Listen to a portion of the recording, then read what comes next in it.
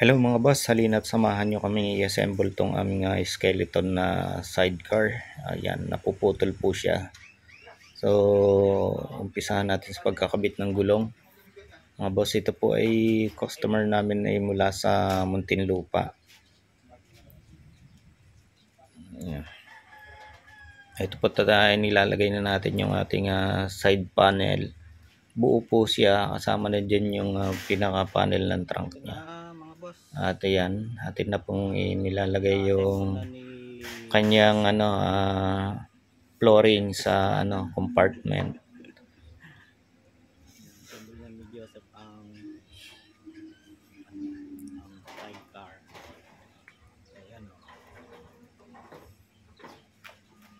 At tinulungan na natin si Otep.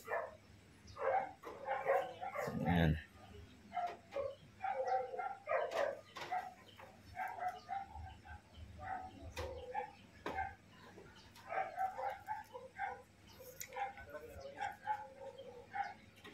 So mga boss, kung kayo magpapagawa na yung sidecar, ayan, napuputol po tong sidecar na to. Ayan, no? Yung roof niya ay nahahati sa gitna. Kung gusto nyo walang bubong, ganito lang siya kasimple na pugot yung kanya sidecar. So ayan mga lods, kinakabit na tong panel sa likod. Ayan.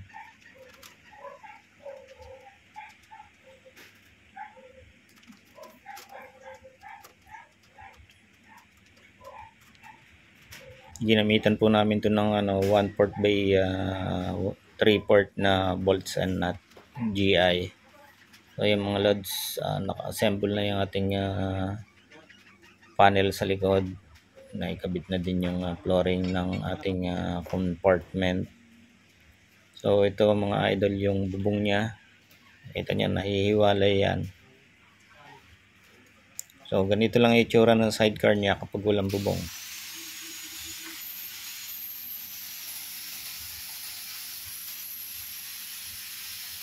Yan, habang ina-assemble yung body, binabapping naman yung frame ng bubong niya kasi yung mga stick na yun ay puro stainless.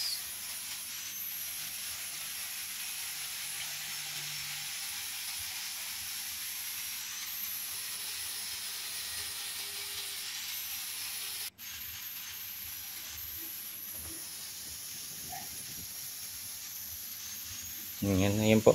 Ang kanyang frame ay angle bar.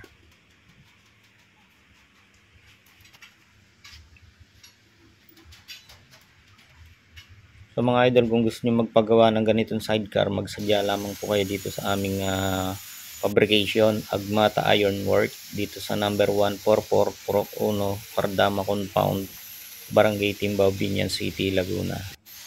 So ayan mga lods, kinakabit na yung mga bolts and nuts sa mga side panel niya. Ayan.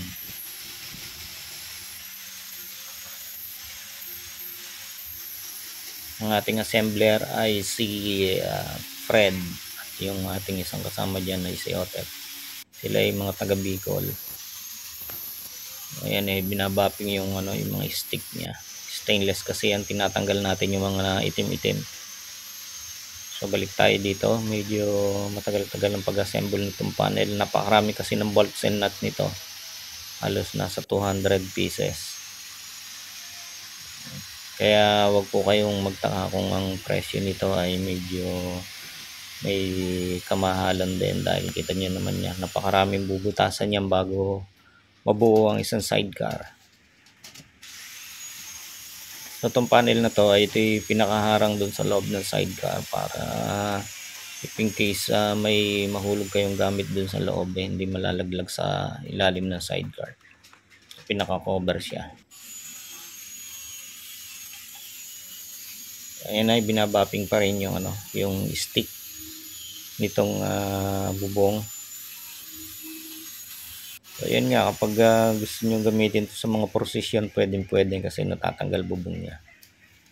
Ayan, halos matatapos na nating i-assemble itong mga panel.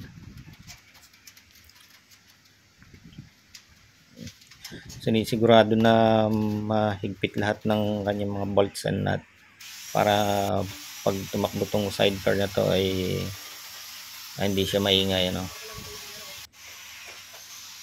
So ito si Master Builder. Ayan, kita nyo ang daming ano niya, ang daming bolts and nut na kinakabit.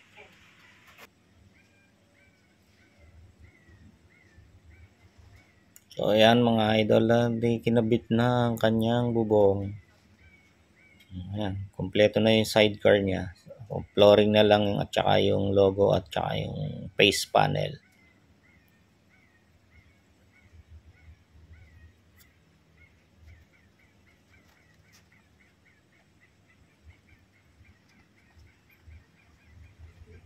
So ayan, halos mabubuo na mga idol.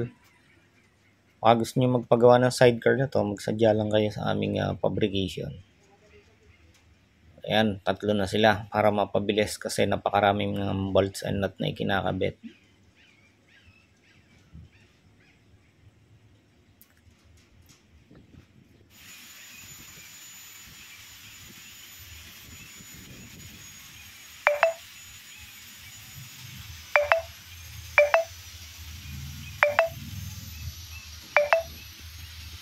Ito pong sidecar na to ay stick type ang kalimitan tawag ng mga nagpapagawa ganito. Stick type ang tawag nila din sa mga 516 na ginagamit na ano po yan, 304.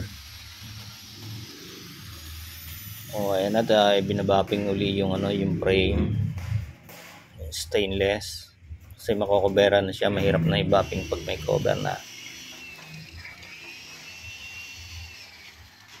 Ayan, pati yung mga handle niya, hawakan dyan sa gilid pagpapasok yung at lalabas yung pasahero.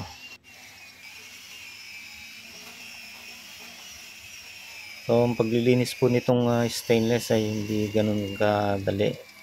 Ginagamitan din po namin ng wire brush para matanggal yung mga nangitim pinag-weldingan. At shoutout nga pala po sa aking mga FB friends, shoutout po sa inyo lahat, sa mga madalas nanonood at nagko-comment sa aking mga videos. So ayun mga idol, halos matapos-tapos na. Nililinis lamang yung mga stick na hindi na malilinis kapag naikabit na yung mga panel. So ayan, na-assemble na yung pinaka face panel niya. At ito naman yung kanyang logo, dahon ng Mary Jane. Ayan, magaling talaga mga artist ko dito, kita nyo. Ayan, ganda ng mukha. Binabapping na rin yung mga portion na dapat i-bapping bago ikabit yung yung face panel niya. So ito si Fred, naghihigpit pa rin ng mga boltsen na tinulungan ko na at sadyan napakarami niya.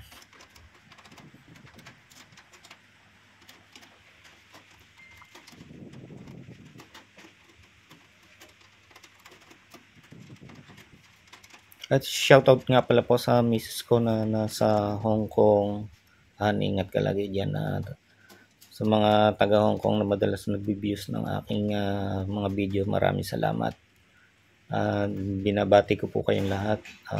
Lahat ng OFW saan sulok man ng mundo. Sana'y okay po kayo. So ayan mga idol, halos tapos na yan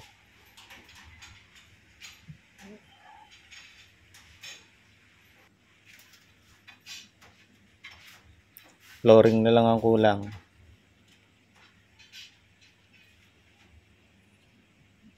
So ayan na ang ating sidecar. Kita nyo ang forma niya. Ang lapad po nito ay 28. So bagay na bagay itong pan-service lamang, hindi pambiyahe. Ayan, natin kinakabit na ng ating builders yung flooring. Ayan, nakabit na po.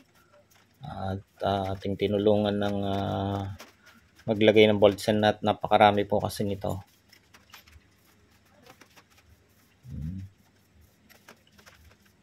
Konti na lang matatapos na.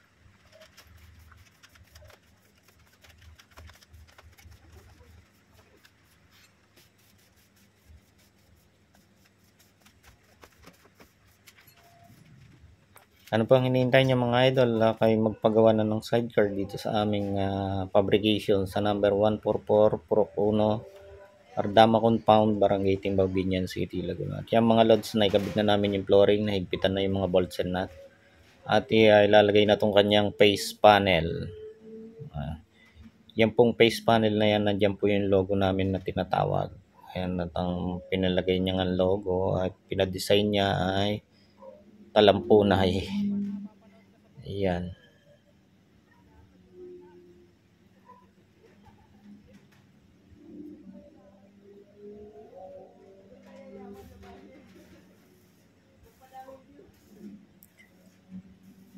Shoutout po sa aking mga naging customer, sa mga nagpagawa na sa amin ng sidecar at saka dito po sa mga ginagawa namin ngayon. Marami pong salamat sa inyo sa tiwalang ibinigay niyo sa amin na sa amin pinagkatiwala ang inyong mga sidecar. So yan mga boss, almost done na ang pag-assemble. So ito naman yung bubong ng motor niya. Yan, si Gardo Versosa. Nakabad, sobrang init. Wala na may ibang tao kasi dito kundi kami lang. So ayan na. Tapos na mga idol. Manabing din bolts and nut kasi itong pinaka face panel niya. Pakipalo na lang po ako sa aking Facebook, dito sa aking FB page, ang Agmata Ironwork. Ayan mga lods. At sa aking YouTube channel na Mel Agmata Automobile Restoration and Fabrication.